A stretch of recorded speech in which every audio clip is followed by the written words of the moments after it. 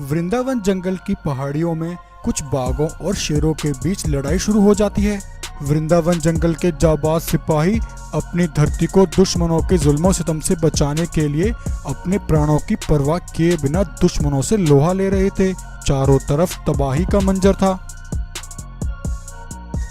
वहीं दूसरी तरफ वृंदावन जंगल के राजा वीरभान की जिंदगी में आज बहुत ही खुशी का दिन था, क्योंकि उनका इकलौता बेटा शिवा आज पूरे 15 वर्ष का जो हो चुका था। इन 15 वर्षों में शिवा एक जवान, बहादुर, ताकतवर सिपाही बन गया था। वीरभान और उसकी पत्नी सीमा शेरनी अपने बेटे के साथ छोटे से परिवार में बहुत खुश थे।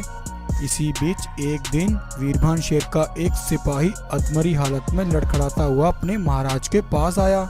महाराज महाराज, हमारी रक्षा कीजिए, दुश्मन हम पर हावी हो रहे हैं। महाराज, हमारे जाबाज सिपाही एक एक करके शहीद हो रहे हैं। अगर ऐसे ही चलता रहा तो जल्द हमारी धरती पर दुश्मनों का कब्जा हो जाएगा। नहीं सिपाही, वो दिन कभी नहीं आएगा। मैं हमेशा अपने सिपाहियों के साथ खड़ा हूँ। जब तक मैं जिंदा हूँ, दुश्मन अपने मंसूबों में कभी कामयाब नहीं हो पाएंगे। तब वीरभान शेर अपने कुछ खास सिपाहियों को लेकर वृंदावन जंगल की पहाड़ियों की तरफ निकलता है। वीरभान शेर ने वहां जाकर देखा तो उसे चारों तरफ तबाही का मंजर नजर आता है। हर तरफ सीमाओं की रक्षा करने वाले उसके जाबाज सिपाही घायल होकर जमीन पर पड़े थे। यह देखकर वीरभान शेर गुस्से से भर जाता है और गुस्से में आकर दुश्मनों को एक एक करके धूल चटाने लगता है।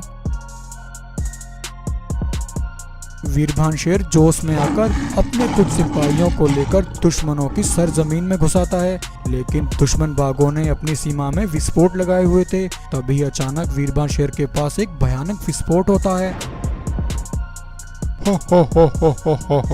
ये हुई ना बात। सिपाहियों, जितने भी दुश्मन हमारे हाथ लगे हैं, सबको पकड़ लो।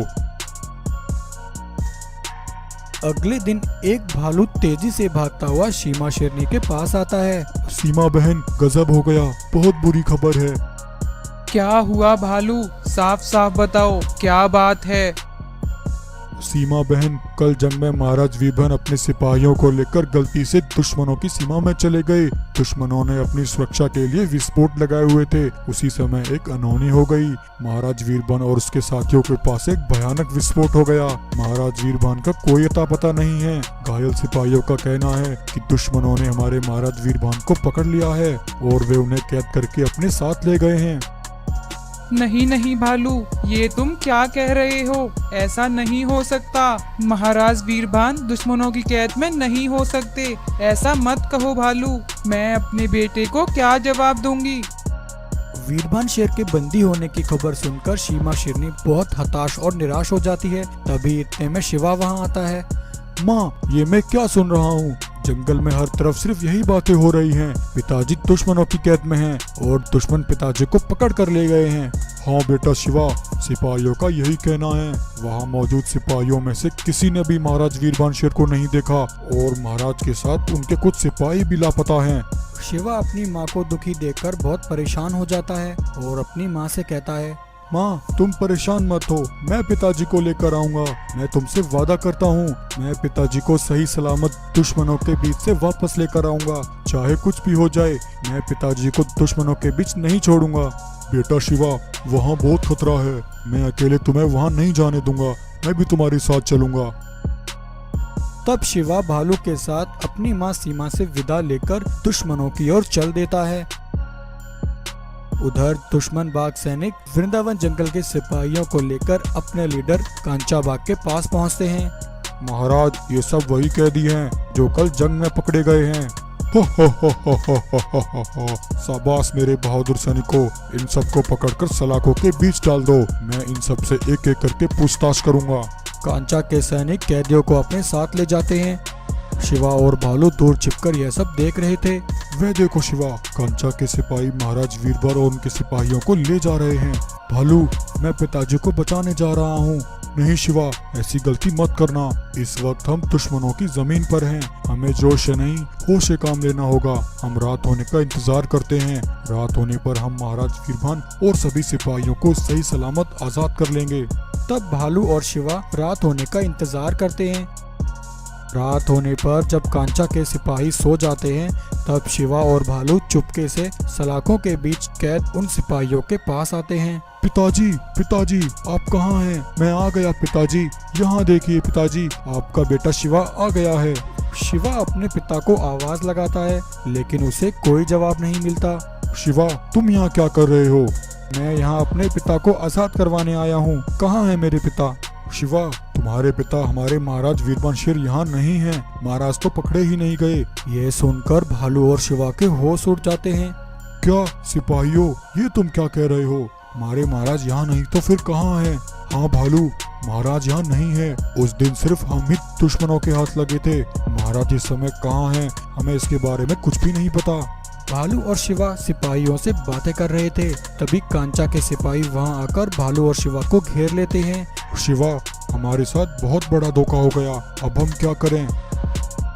कांचा के सिपाही शिवा और भालू को लेकर कांचा के पास पहुंचते हैं। हा हा हा हा हा हा हा। शिवा, तुझे क्या लगा था तू मेरी सरजमीन में आकर मेरे कैदियों को यहाँ से बचा कर ले जाएगा? अच्छा हुआ जो तू यहाँ आ गया। अब तू यहाँ से बचकर नहीं जा पाएगा। तेरा बाप वीरबान तुझे बचाने के लिए यहाँ जरूर आएगा। उसे यहाँ आना ही पड़ेगा और तब मैं तुम दोनों को तड़पा तड़पा कर मारूंगा। उधर सीमा शेरनी हताश और निराश अपने बेटे और महाराज वीरबान की चिंता में खोई हुई थी। तभी अचानक महाराज वीरबान शेर जख्मी हालत में सीमा शेरनी के पास आते हैं। सीमा उन्हें देखकर हैरान हो जाती है। महाराज, आप यहाँ? आप जिंदा हैं महाराज? आप कहाँ चले गए थे? हमने आपको कहाँ कहाँ नहीं ढूंढा।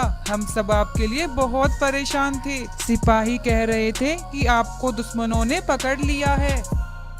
नहीं सीमा, दुश्मनों ने मुझे नहीं पकड़ा था। उस दिन जब मैं जोश में आकर दुश्मनों की सीमा में था तब वहाँ एक जोर का विस्फोट हुआ।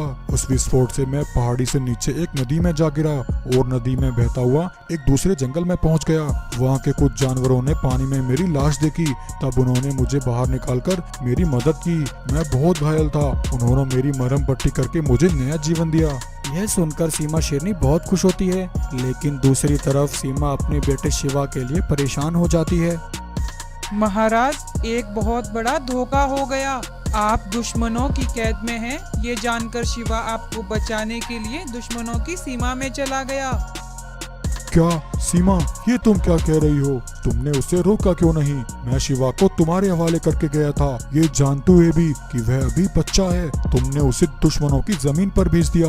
सीमा, ये बिल्कुल अच्छा नहीं हुआ। तब वीरबान शेर अपने बेटे शिवा को बचाने के लिए दुश्मनों की जमीन पर जाने का निर्णय कर लेता है और अगले ही सुबह अपने 2 सिपाहियों को लेकर दुश्मनों की जमीन में घुस आता है।